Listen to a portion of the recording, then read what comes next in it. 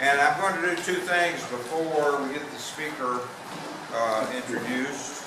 One thing is to let everybody know that I got something in the mail today that I wanted to mention, and let the group decide if you want to, I guess the word is subscribe. This is from the National Museum of the American Indian. How many of you have ever heard of that? Yeah, they've heard of it.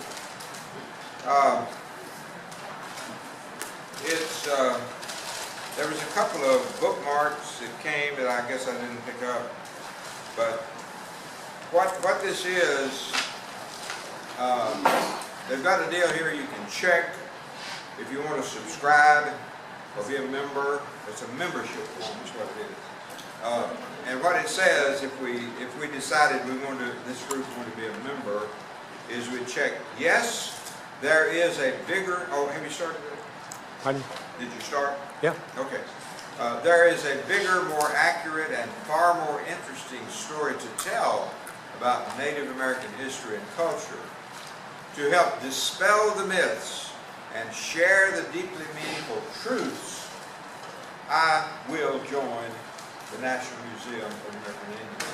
Enclosed is my tax-deductible membership contribution in the amount of, and it goes up to other, which means, lots of money if you want to, down to as little as $22 is the minimum. Minimum membership is $22. And so it says, if you want to subscribe, please return the entire form with the check made payable to National Museum of American Indian to donate their credit card, etc., or call on this phone number. Smithsonian Institution, Washington, D.C. There's a website listed, www.americanindian.si or smithsonianinstitution.edu.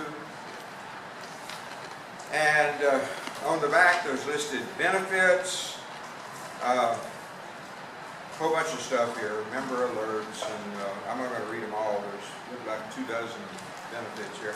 I don't know how many of them we would actually for the most people, it's only about a dozen or so, 10 or 12. You get a membership card, a one-year subscription to the full-color quarterly publication, American Indian, which I guess if we join, we come either to here or to, like if we joined, we might say let Linda join and be the one that gets this stuff, or it could come here, whatever you do it. Free admission to the Cooper Hewitt Smithsonian Design Museum. Annual listing on the electronic roll of members and donors. 10% members only discount of all purchases from the museum stores. Discount on the Native Foods Cafe. Member alerts for museum programs, including films, music, art, and more. A portion is tax deductible. A certificate of appreciation suitable for framing. Okay, those are about half of the benefits listed here.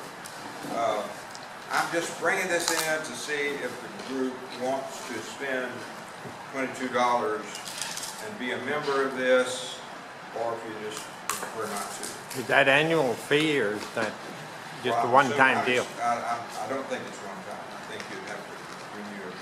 It doesn't specifically say that, but my experience with all organizations is that's true. Is you always have, if you want to stay a member, you get a bill every year, which you could ignore or pay, but if you ignore it, you ignore it. So is that something anybody wants to, what do y'all think? Hold up your hands if you think we should join this. We got enough in the treasury to take care of it? Okay, we can afford it. What do you think? Hold up your hands again if you think we should join. Okay, if you don't think we should join, hold up your hands. Okay, looks like we do. Now, Linda, would you want to be the recipient of this, or would you rather it come to you at a church address? Why don't you decide? Here's the stuff. You fill it out and decide where you want it to come, to your home or to the church. And then anytime you've got something we need to know about, you can announce it. You can do both, something like that. By the way, before Kathy starts, let me urge everybody to be thinking about a program for next month. We don't have one scheduled right now, so I'm going to ask everybody right now to give. Nancy, you got something? Oh, you got a program for next week or next month? Next month. Next month. What's the time? American Indian Heroes. American Indian Heroes. Okay. So we have a program for next month already. Nancy Whistler will be bringing that program, and that'd be for October, which means we need a program for November. Remember, that's Thanksgiving, the month of Thanksgiving, this sort of thing. Everybody wants to be thinking about that, some kind of program to present in November. Let us know either tonight before you leave if you got something on your mind now, or sometime in between, no later than next month, when we meet, a program for November. Now, we got fortunate and were able to schedule several programs. I think we had 5 or 6 programs scheduled in advance, and we've run down. We're about to hear the final one of those pre-scheduled programs. So we need to get the same thing down for the next few months. We'll be thinking about that. Mention it to your friends, those who aren't here, and hopefully we can get at least 3 or 4 months scheduled in advance. Okay, tonight's program is Kathy Mayton, and she's going to be talking to us about, and been doing a lot of research on this topic.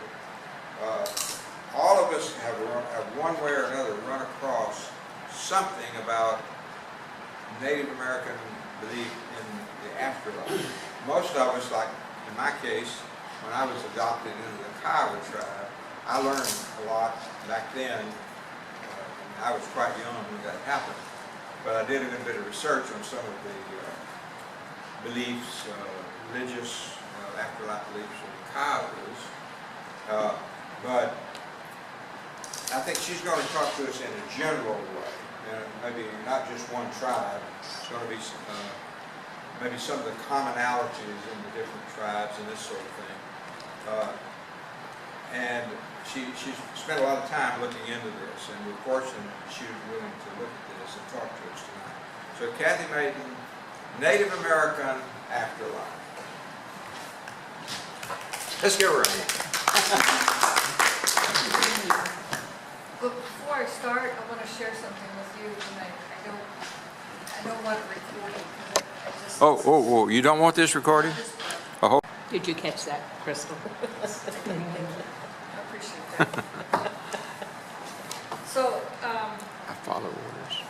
a couple months ago, when we were asked, what program ideas to come up with, at the time, at the meeting, I had no idea, but on the way home, the idea came up for Native American beliefs in the afterlife. I have a strong interest in the afterlife, read lots of books and things on it, and had experiences with my dad after he passed, and actually before he passed, I had some experiences. So, but I really didn't know anything about Native American beliefs, and so I thought, that's cool, thanks. So again, that was my guides that gave me that idea. Somebody gave it to me. I don't know who. So I do have kind of like an overview, and then I picked a few tribes like the Hopi and the Choctaw and Cherokee and the Lakotas. So we'll see how far we can get through this material. But so in the introduction, what I found was Native American beliefs about the afterlife vary from tribe to tribe. In the traditions of many Native American tribes, the souls of the dead pass into a spirit world where they can occasionally still communicate with the living through dreams or the intercession of medicine people. In other tribes, there is a more structured land of the dead, often presided over by a god of death, or other supernatural caretaker. In some tribes, there is no Native American afterlife per se. Dead people are believed to become stars or part of the earth, unless they are disturbed and turned into ghosts by grave robbing or other unnatural acts. And in some tribes, there is no afterworld at all because the spirits of the dead are reincarnated as new infants within their family or clan. I thought that was pretty interesting, because I believe in reincarnation too. So, the traditional Native concepts of death, I found was kind of like an overview on that. And this was written on September 1st of 2014, and it says by Ojibwa. Many religious traditions, but not all, put forth an explanation about what happens after death. There are many religious traditions which claim there's an afterlife of some type. That death is not the end, but it is a transition. In some cultures, the afterlife is seen as being similar to life, while in others there are several afterlife possibilities based on the person's actions during life. It should be pointed out that several hundred distinct American Indian languages, there is no single word which can be translated as religion. This does not mean, as many Christian missionaries have assumed, that Indians did not have religion. Rather, it shows that religion was not a separate category of life, but closely integrated with the culture. In the beginning of the European invasion, there was not a single Native American religion, but rather there were 500 religions. What this means is that it is difficult, if not possible, to make broad generalizations about traditional American Indian beliefs about death. One of the other problems or concerns in writing about Indian religion in general and about traditional Indian concepts of death in particular is that many of those who recorded these concepts did so through a Christian frame of reference. Many of the books written by Indian religions by non-Indians are really not about traditional religions, but are filtered through Christianity and Christian concepts. Concerning beliefs regarding an afterlife among Plains Indians, Sioux physician, the tribe Sioux, Charles Eastman writes, "The idea of a happy hunting ground is modern and probably borrowed or invented by the white man." For many American Indian cultures, the focus of religion, particularly ceremonies, was on maintaining harmony with the world. The focus was on living in harmony today, not in death. For many Indians, there was an awareness of death and a vague concept of something happening after death, but that was not dogmatic. They felt that they would find out when they die, and in the meantime, this was something they have no way of knowing anything about, and therefore they should not waste time thinking about it. Well, the Christian missionaries were fully convinced that all religions must have some concept of heaven and hell, some form of judgment after death. These were all alien concepts to most Native American Indian cultures. The missionaries took this as an additional evidence that Indians did not have religion. In their classic 1911 ethnography, The Omaha Tribe, Alice Fletcher and Francis LaFlèche reported, "There does not seem to have been any conception among the Omaha of supernatural rewards or punishments after death." Among many of the Indian nations in Massachusetts, there was no idea that after death, the soul would go on a journey to the southwest. Eventually, the soul would arrive at a village where it would be welcomed by the ancestors. In a similar fashion, the Narragansett in Rhode Island viewed death as a transition between two worlds. At the time of death, the soul would leave the body and join the souls of relatives and friends in the world of the dead, which lay somewhere to the southwest. Among some tribes, such as the Beothuk and the Narragansett, it was felt that the communication between the living and the dead was possible. Among the Narragansett, the souls of the dead were able to pass back and forth between the worlds of the dead and that of the living. The dead would carry messages and warnings to the living. Among the Caddo in the southern plains, the living would send messages to their deceased relatives by passing their hand over the body of someone recently deceased, from feet to head, and then over their own body. In this way, messages could be sent via the deceased to other dead relatives. One common theme found in many of the Indian cultures in North America is the idea of reincarnation. The idea that life and death are a part of an ongoing cycle is found among many tribes. Sioux writer Charles Eastman reports many of the Indians believe that one may be born more than once, and that there are some who claim to have full knowledge of former incarnation. In the Northwest Coast area, Gixman writer Shirley Molden reports, "We believe in reincarnation of people and animals. We believe that the dead can visit this world and that the living can enter the past. We believe that the memory survives from generation to generation. Our elders remember the past because they have lived it."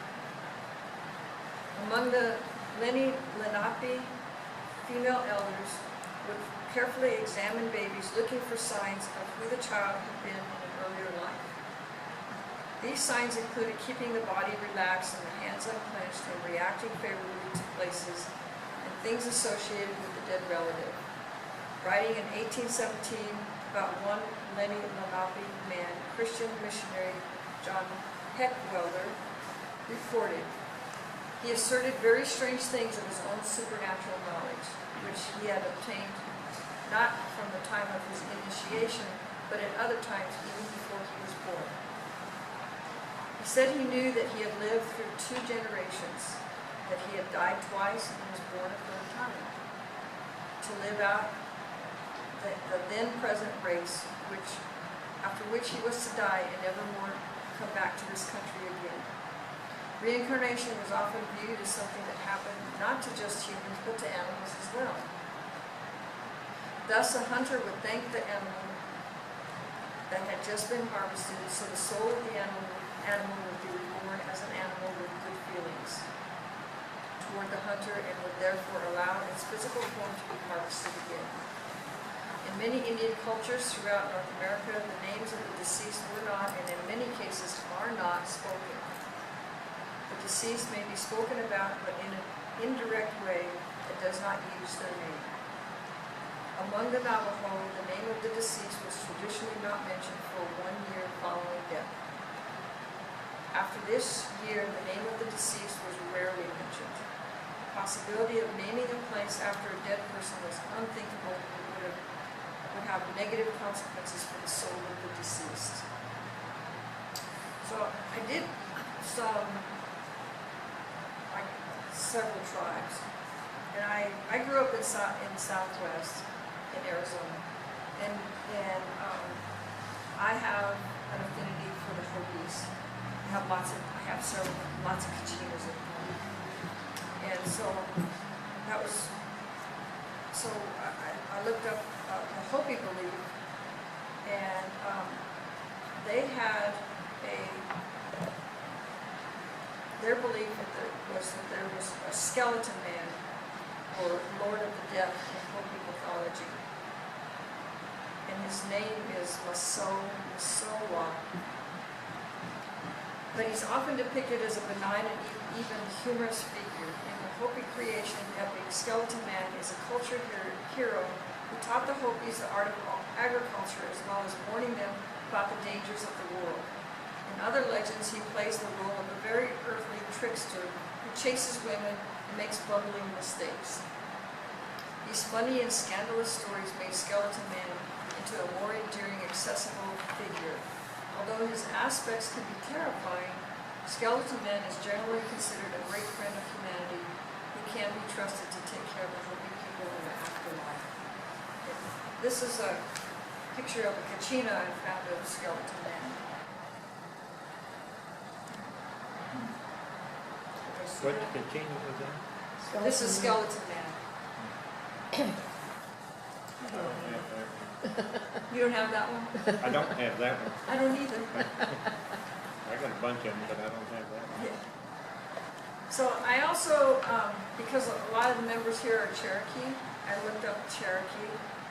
And so what I came up with was that as far as the afterlife concerns, views differed according to the individual Cherokees believed about the powers who created and ruled the earth. Worshippers of the sun believed that at death the soul assumed different appearances and at first lingered about the place where the person had died for as long as the time as the person had lived there. The soul went there to its prior place of residence and remained there for a similar time. This continued until the deceased had moved to its birthplace, when after remaining for as long a time as it had lived there, it took its final leave, either as a non-existence to a place far away in the west where the deceased was always miserable because it was away from its natural home. Others believed that at death the soul entered a mystical but living body that was larger or smaller than its own. Whatever the case, the body the soul entered grew smaller each year until at last it vanished and ceased to be. This group also believed that adulterers and women who destroyed their infants would in some way, after death, be punished more than any other person. The Cherokees, who prayed only to the three divine beings above, believed that all who were free from certain sins and vices would at death go to be with those beings who would dwell with them forever in a place that was always pleasant and light. But people with big sins would go to a place of bad spirits where they would always scream in torment. Death and afterlife, Native Americans ascribed death like disease to evil spirits and witches. Death was feared, and so too were the evil spirits connected with death. There was also a belief in an afterworld or night world, to which the ghosts or souls of the deceased desired to go. A successful journey to the night world, however, depended on one's actions in life on earth. Funeral ceremonies had great religious significance, and among Eastern Cherokee, the funeral was the most important life cycle ritual. So now we're going to talk a little bit about eternity, heaven, or hell. The Uku taught that if the Cherokees were obedient when they died, they would experience eternal life and dwell with Yehovah forever. Anybody know that name? However, if they were disobedient, they would be eternally miserable in a lake of fire. It is evident from the ancient teachings of the priests that Cherokee people believed in a heaven and hell.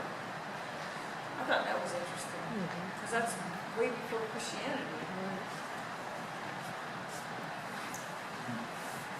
So then I found some information on ancient Choctaw burial practice. And it was this little boy who wrote in these questions, and had some pretty cool questions. So these are his questions. He says, "My name is Skylar, and I am a 7th grader in Texas. I am also a member of the Choctaw Nation. I have a list of questions that I'm doing for a project about Choctaw funeral rite of passage and bone picking." Anybody heard of that before? You have? I had a friend that was Choctaw. Ah, okay.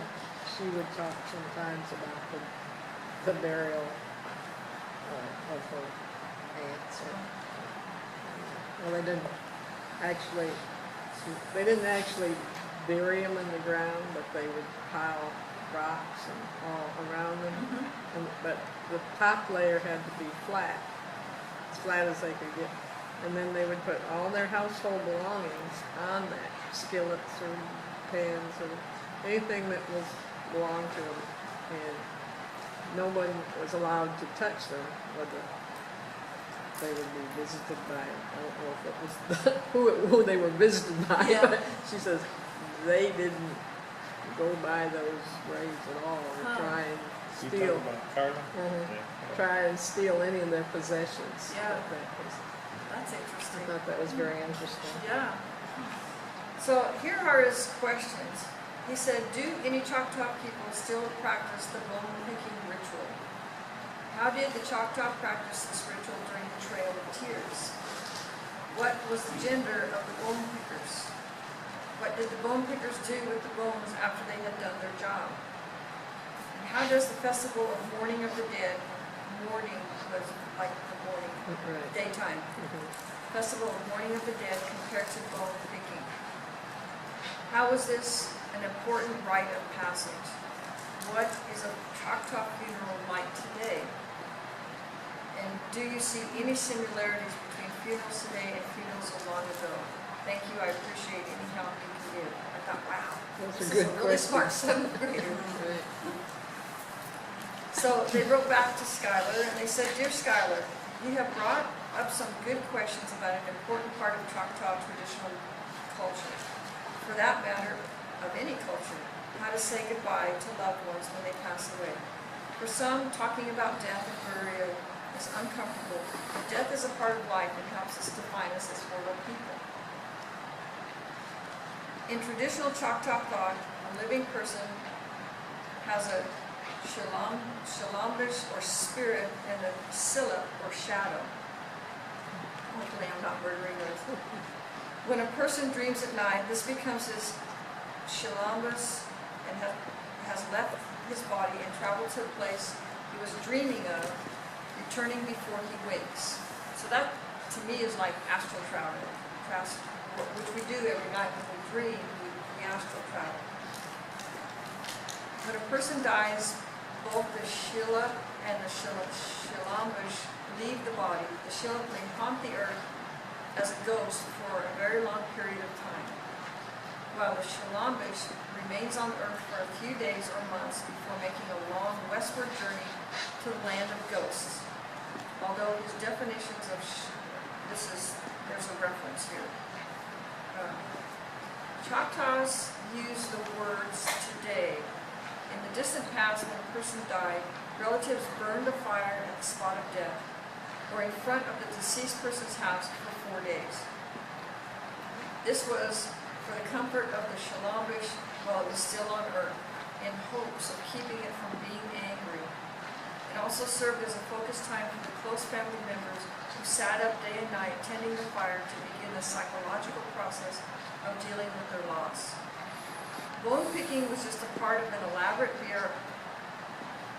burial and mourning process that was followed by most Choctaw communities in the 1700s and by some ancestors at a much earlier date. There appears to have been some variation in the details of how Choctaw groups did, but the basic practice was similar. After a person's death, female relatives washed the body and dressed it in the person's best clothes.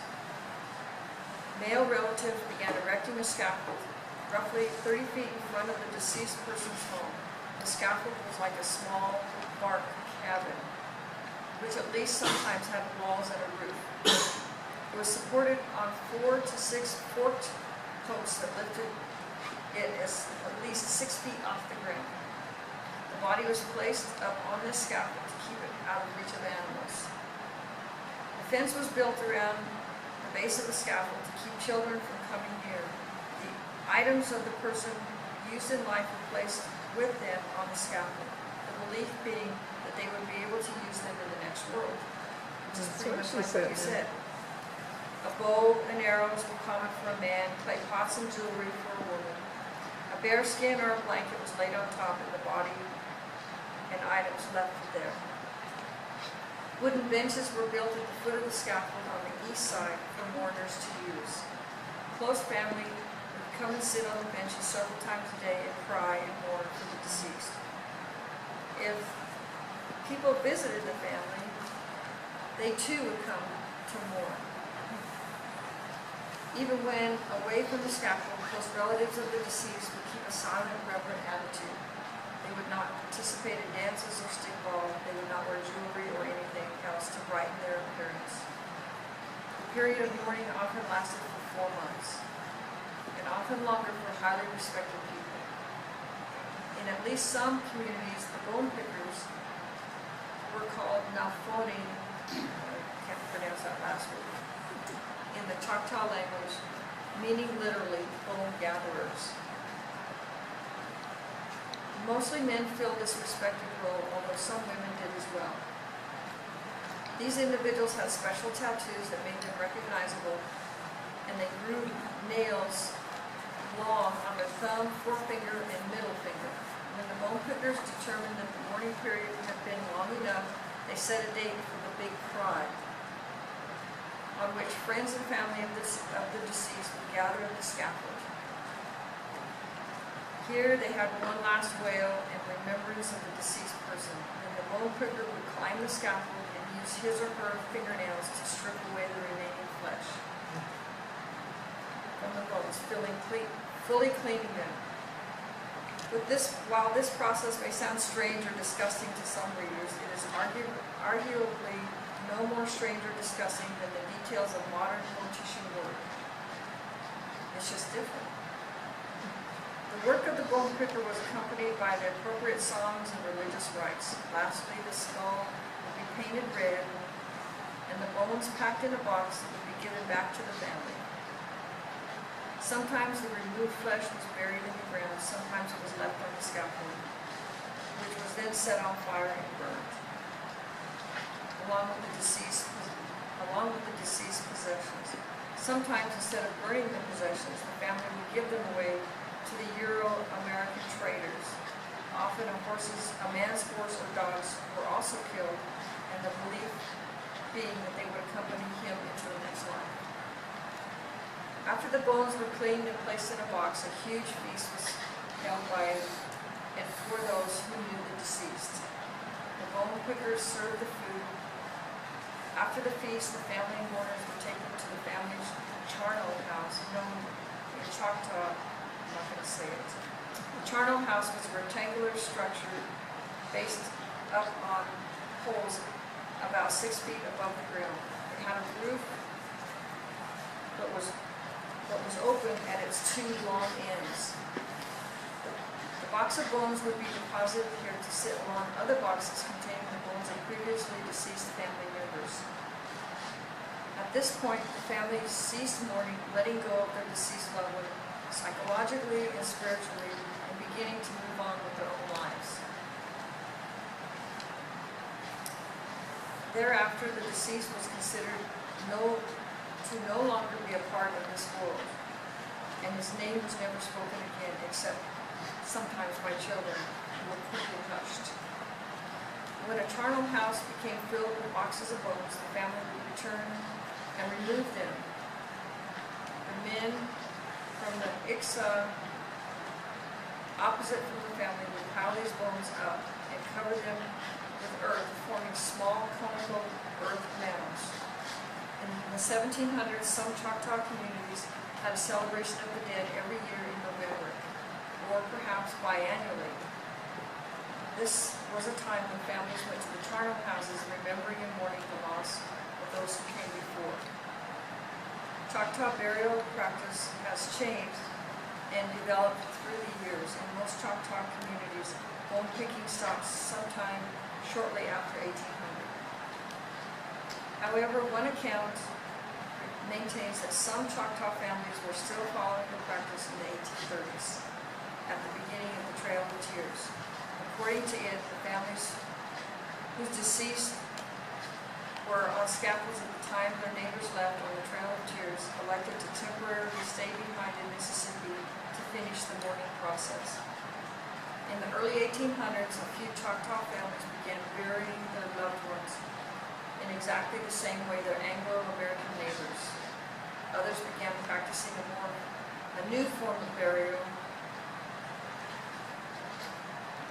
called the pulling ceremony.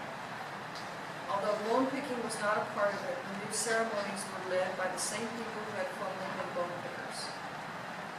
They were now, I'm not going to pronounce it, they had a name which refers to their role in serving the funeral feast. Instead of placing a deceased person on a scaffold as had been done previously, they buried him or her in the ground in a sitting position. 6 painted poles, red painted poles, were stuck vertically in the ground around the grave. One of these was taller than the others and had a white flag tied at the top.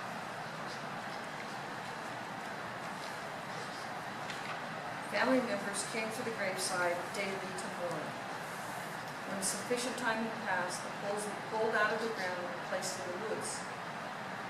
As in earlier times, a large feast was held, after which the family ceased to mourn. Pole pulling was practiced by some Oklahoma Choctaw into at least the 1840s, and by some Choctaw communities in Mississippi into the 1880s. In Oklahoma, Choctaw communities by the late 1800s, it was common for a family to prepare the body of a loved one and lay it in state in a church or in the person's house for 4 days. Different branches of the person's family took turns sitting up with the body each night. Afterwards, the body was buried in a marked cemetery with a preaching service and Choctaw hymns. The person's eating dishes were taken to the cemetery and broken over the grave so that no one else could use them. Some believed that a person's spirit would stay on earth for a year after their death to make sure that their family was going to be okay before they passed on to the next world. A small house was built over the grave to keep the spirit warm and dry during the year. For a year, all of the possessions of the deceased person were kept in the house of his family, just as they were during his lifetime.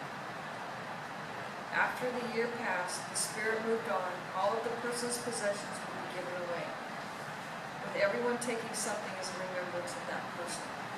Thereafter, the mourning period ceased. Today, some Choctaw families still hold a wake when a loved one passes away, and many believe that a deceased person's spirit returns to say goodbye to loved ones before making its journey into the next world. A few families, particularly in Mississippi, still practice the centuries-old tradition of burning a fire for a few days after a loved one's passing. Most Choctaw funerals are held in church with services similar to services held by other Americans, except that some of the songs and preaching may be in the Choctaw language. Often the service is followed by a large meal with traditional Choctaw foods. You know, she said that her family came up on the Trail of Tears from Mississippi to Oklahoma, and they lived in Oklahoma, right in Arkansas, or the, what's that mountain, the Ouachita Mountains, in Oklahoma, and they lived in that area, but later the family moved to, I can't remember where Carla's family. Oh, like Anadarko. Anadarko. The last one I did a little bit of research on was the Lakota Sioux. So the Lakotas believe that after death, the spirit of the deceased person goes to the happy hunter. Trees, rocks, rivers, almost every natural entity. This therefore leads to the existence of an afterlife. The Indian tribes had many spiritual dances such as the sun dance and the ghost dance, which directly refers to the spirits of the dead returning to life. The name indicates the characteristics of this afterlife tradition. The happy hunting ground resembled the living world, but with much better weather and animals such as rabbit, deer, and bison that were more plentiful and easy to hunt. This is a quote by Many Horses. I will follow the white man's trail. I will make him my friend, but I will not bend my back to his burdens. I will be cunning as a coyote. I will ask him to help me understand his ways. Then I will prepare the way for my children. Maybe they will outrun the white man in his own shoes. There are but two ways for us. One leads to hunger and death. The other leads to where the poor white man lives. Beyond is the happy hunting ground where the white man cannot go. That's Many Horses, used Ogallala's Lakota. So their beliefs about death. The Lakota burial ceremonies reflect the tribe's belief about death. The Lakota believe the Lakota people view the world as a wondrous place and regard life as an immense gift. This tribe views death as an inevitable equalizer, something that happens to all living things despite their achievements on earth. The Lakota believe that the dead depart to a spirit world free of pain and suffering. Although the Lakota sometimes fear the departed, they do not fear death of old age. And they do not fear ghosts, though they often try to prevent ghosts from returning to stay with families of the deceased. So some of their burial rituals, typically the Lakota bury their dead. Custom dictates that the tribe wait about a day and a half before burial when a person dies at home, in hopes that the deceased might revive. Before burial, mourners dress the body in fine clothes and wrap them tightly in robes. Due to their fear of the dead, Lakota tribes sometimes burn the dwellings of the deceased and forbid members of the tribe to use the person's name. Bodies were typically placed on a scaffold to encourage the spirit's journey into the sky. Burial practices vary and include traditional earth burial, air burial, in which bodies are left in the open, a practice often used for warriors who had fallen in battle. Burial under mounds or rocks, or even tree burial, in which the limbs of the tree stand in for a scaffold. These methods vary depending on the tribe, location, and resources. So, journey to the spirit world. Much of the Lakota's beliefs about the spirit world manifest in their burial ceremonies. To help them on their journey to the spirit world, a parallel plane of existence that can be reached by the living, the Lakota take bundles of their belongings with them to the grave, including items such as weapons, pipes, tools, and medicine. Mourners also place food and drink at the scaffold of the deceased and kill the departed's horse at this location, tying its tail to the scaffold.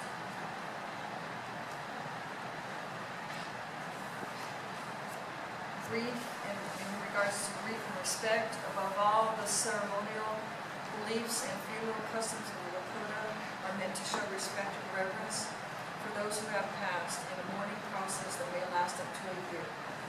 This respect is often expressed through grief. Mourners express grief for the departed by singing, crying, wailing, and running pegs through their limbs, cutting their hair, or even in the case of female Lakota, cutting off a part of their little fingers. To symbolize their grief for young children who have passed, the Lakota practice ritual crying and wound their own arms and legs. So, that's all I have. That's very good. Can I add something? Sure. It goes right along with what you're saying. My father, when he was 85 when he died, but when he was at one stage, he was almost gone. The doctor asked my brother, he says, "What language is he talking?" And he was talking in Sioux, because he was raised on the reservation until he was dying. So he was doing this Sioux language. Well, then he got better, and he said, he said, "I can tell you what happens after you die." He said, "I went to this teepee, and the chiefs were sitting around, and he said, I came in, and I was going to sit down. And they said, 'No, Glenn, it's not time for you yet. You have to go back.' Well, they said, 'You'll know, because we will send a paid horse after you.' And so Dad came back, he told us all this stuff. And then he lasted about 3 more years. And then he started getting ill again. And the doctor says, 'Glenn, we can't do any more for you.' He said, 'You're just going to have to accept that this is your time.' And Dad says, 'Okay, they better get that horse lined up and ready for me.' And just before he died, he told my brother, he says, 'It's here.' And then he died. So what you were saying just a minute ago is exactly what happened. My dad's seen that other space. They eat a white wolf as well. There's a little talk what you're doing there, and there's Jerry Rungenbach. He told his story that his grandmother told him about the white wolf come around, and if it turned and went away, then he was okay. But if it led you off, That, it's a white wolf situation. Well, All kinds of deities out there. yeah, that's cool. Yeah, and one of the subjects that we got to know, dealt with, Linda did a painting on his favorite horse, Sparky, Sparky. And he said, I asked him, I said, what's your deities, or what things you want on the corner of your frame? And he said, one is a speedy eye. Speedy eye is a coyote. Oh, okay. And he says, whenever that speedy eye howls, that somebody's gonna die. So there's another one. Messenger of death, he said. And see, owls, I've heard too that owls are messengers of death. Owls, In the Cherokee, actually. we're not allowed to have owls of any kind in our home or out of our home. Oh, really? Yeah, the Cherokee believe that it's a messenger of death. Well, I was living in Michigan, and it was in February. It was cold, a lot of snow. And I worked second shift. I got in from work about midnight. And I could hear this god-awful racket. And I couldn't find out where it was coming from. We had a house with a carport. Of course, you had vents on the end of them. The next night, it was the same thing. The next night, about 8 o'clock, my dad called me at work and wanted to know if I could go with him. My aunt had died. And I got home, and my mother and dad come over to pick me up because I had to help him drive. In fact, I did all the driving. But he says, "What is that racket?" I got a flashlight and went out. There was a screech owl up in the carport right next to the vent going into the house. Wow. And I looked up and I says, "Okay, we got your message," and it flew off, and we never saw it. And then one time there, my dad said, "If you hear an owl, it's death. If you see one where it's not supposed to be, something bad has happened." Well, Ellie and I, we bought that place in Tennessee, and went to Michigan and got all our mother's antiques, and we took them to Tennessee rather than take them all to Texas and then take them back. The following week, we pulled in the driveway, and a great horned owl flew right toward the car windshield and went up. We went in the house, and the phone was ringing. My niece in Tennessee was calling. And I says, "Denny," I said, "you'll never guess what we just saw up in the driveway. A great horned owl just flew at the windshield." And she says, "Oh no." And I says, "What's the matter?" And she says, "Well, I was calling to tell you your house was broke into and there is nothing left in it. Somebody stole everything you had." So yeah, I believe in the owl. Now when my dad died, I was walking around the hospital the night before he died, and I heard an owl. So I firmly believe that the owls do carry a message. And now we lived in Tennessee, and you go out on the porch at night, you'd hear owls. Of course, that was, they lived there. But if you see one where it's not supposed to be, or you hear one that's repeatedly, that's not good. Yeah, them owls, they can get with it. When I came back for my 2 weeks training of the Cherokee people, so I'd know more about what I believed in and what I didn't. And while I was back, they had some reenactments of different things because we had a really, really long program thing going on, and they talked really hard about the owls. Do not keep an owl feather. Do not just do as little as you can around an owl because they're messengers of death. Huh. Yeah, I've heard that before. I'd like to donate this to the library, if that's okay. Kathy, you did good. Yes. Linda, would you make sure that gets in You the did good, Chrystal. proper library and all that? We gotta get used to the crystal. Linda will make sure it gets in the library. Okay. Crystal Kate, Crystal what? Crystal Kate. Crystal Kate. Do you want to be referred to by that new name on the video? Yes, please. Okay, would you spell it again? Yeah, it's right there. Maybe write it down for me here on this. I just learned. Oh, her you got name. it on here? Okay. I just learned her name. I don't know if I learned her. Not yet. I'm getting old. Hey, Oh, she is now. we got somebody over here wants. How many of you, can y'all tell me what some of your names are, your native names? Mine's the gondola Agotasti, meaning she who sees beyond the blue as in sky and physical world, because I'm a portrait painter.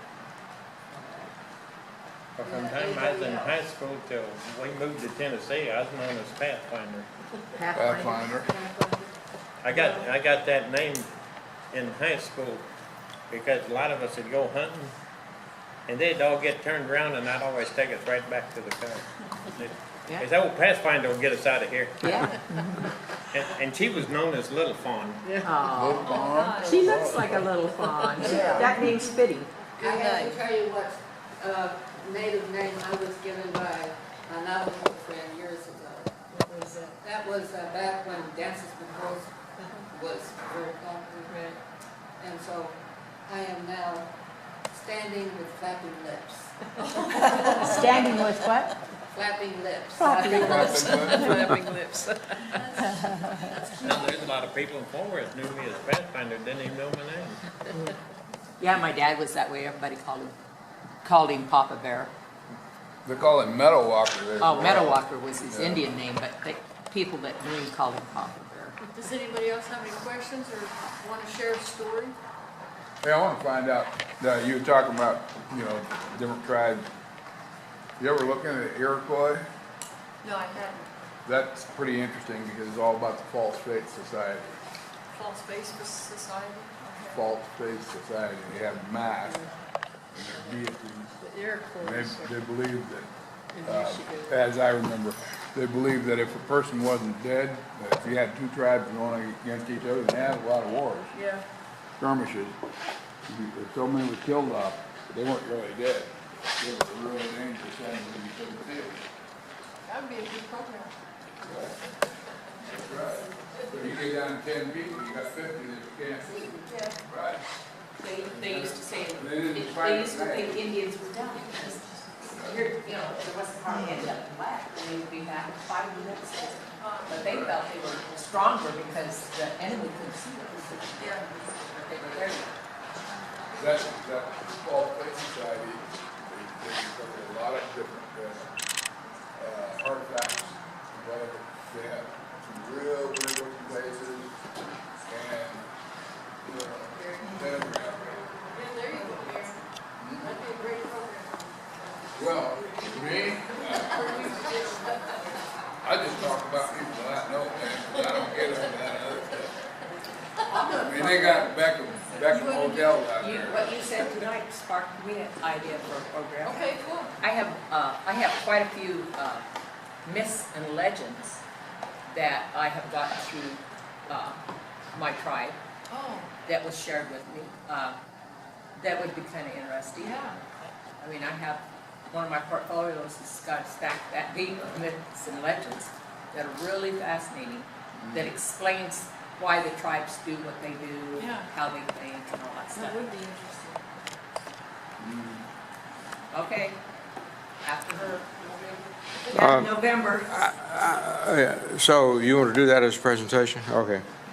That'll be our Thanksgiving month present. I just noticed Afton is reading a book called Custer's Fall.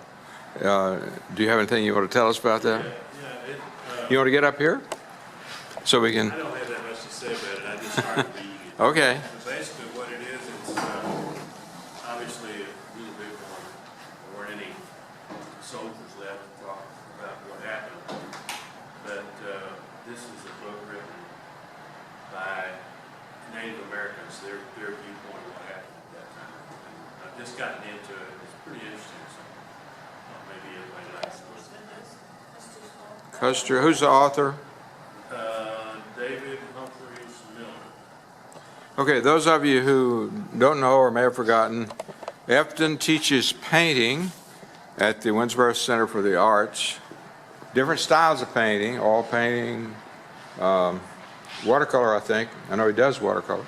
And what do you call that other? I forget that. Sketching. I saw one of your, I was at the Emporium today, and I saw one of your watercolors of some kind of a pickup truck. I don't know what, an old one with a barn wood frame around it and whatever. He has some really interesting, and that picture you painted with the big moon some months back, and you showed it to us right after you'd finished it, and whatever. That's in the Emporium right now, I think. The one that looks almost like it. Big moon. Yeah, I painted 2 or 3 like that. Oh, I see. Similar to this, The one you had here had a buffalo in it, a white buffalo in I it. gave that to my daughter's father-in-law. He's very much into Yeah, American. yeah, But I painted some others that were sort of similar to that. Kind of got it. yeah. A really, really talented artist. Have any of you gone to Custer's? Not to mention the flute Yes. builder and player of the flute.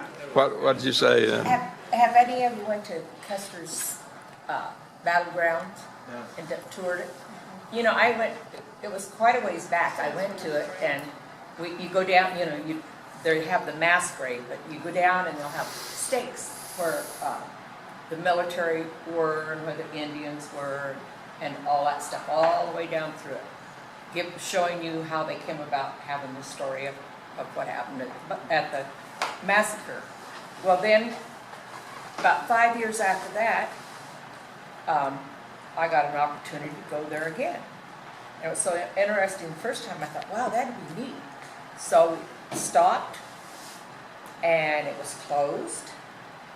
And I talked to the gentleman that was there, and he says, we have to totally rewrite this, because they had a fire go through, and it caused the metal things to surface because of the heat. And they had people where they weren't at, and other people where they weren't at, and they were having to refigure it out because the story they had set up ended up not being true. Where each thing fell and was at where they had all these stakes at. The only thing that is for sure is the mass burial spot where it tells that they were all buried in this one spot. I read a story once, and it started out, it told all about Custer, and how he got there. But the last half of the book was written by some of the ancestors from the Native American Indian side, what transpired. And I'll tell you what, it is nothing like any of the movies or any of the books you've ever read when you read it from the Native American side. This Billy interviewed, Is that what he interviewed those people. I too am reading a book similar to that on the Wounded Knee massacre, written by the native survivors. Yeah. And in the back, they have a little biography of the old survivors, their own story. But it's the same order, and that's very different from the movies. But it's very good reading. I'll bring it next time. I volunteered for this one in November, but sometime along the way I'd like to do one, and what it is on Quanah Parker here in Texas. My paperwork and my information was given to me by his grandson.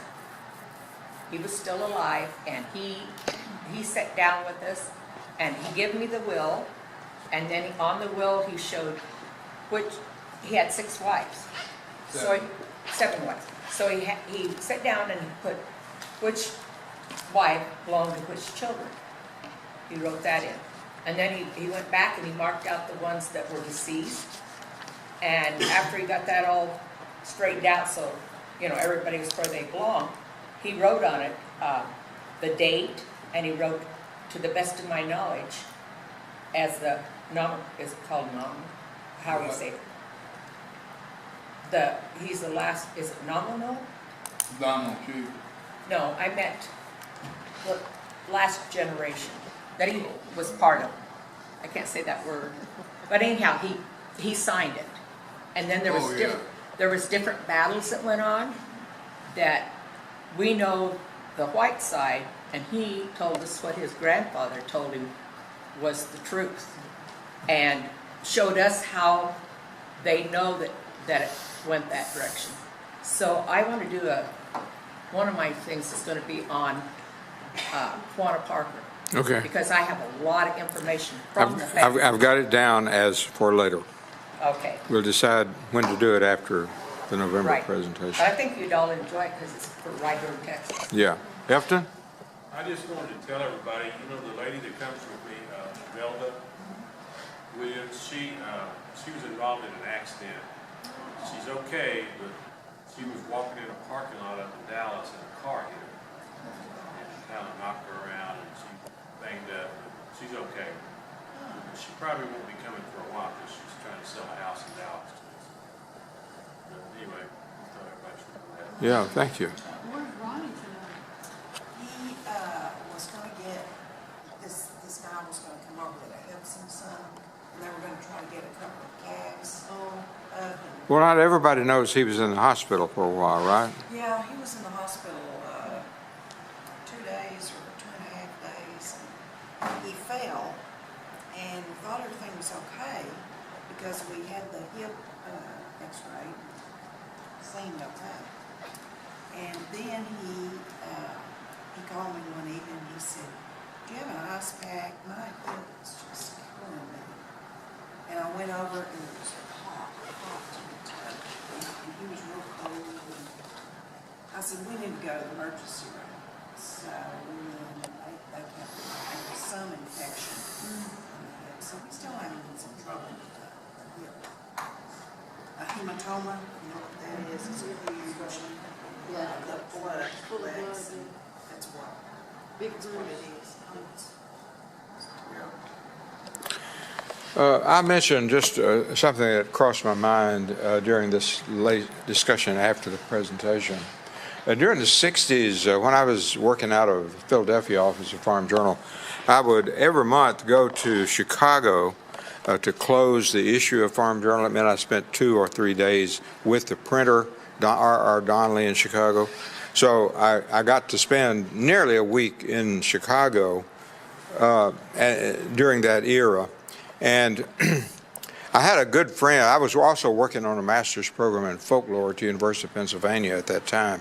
And one of my good friends he was working on a PhD in folklore at the University of Pennsylvania at the same time. It was a close friend of mine named Archie Green, who had just come to work on his doctorate from the University of Illinois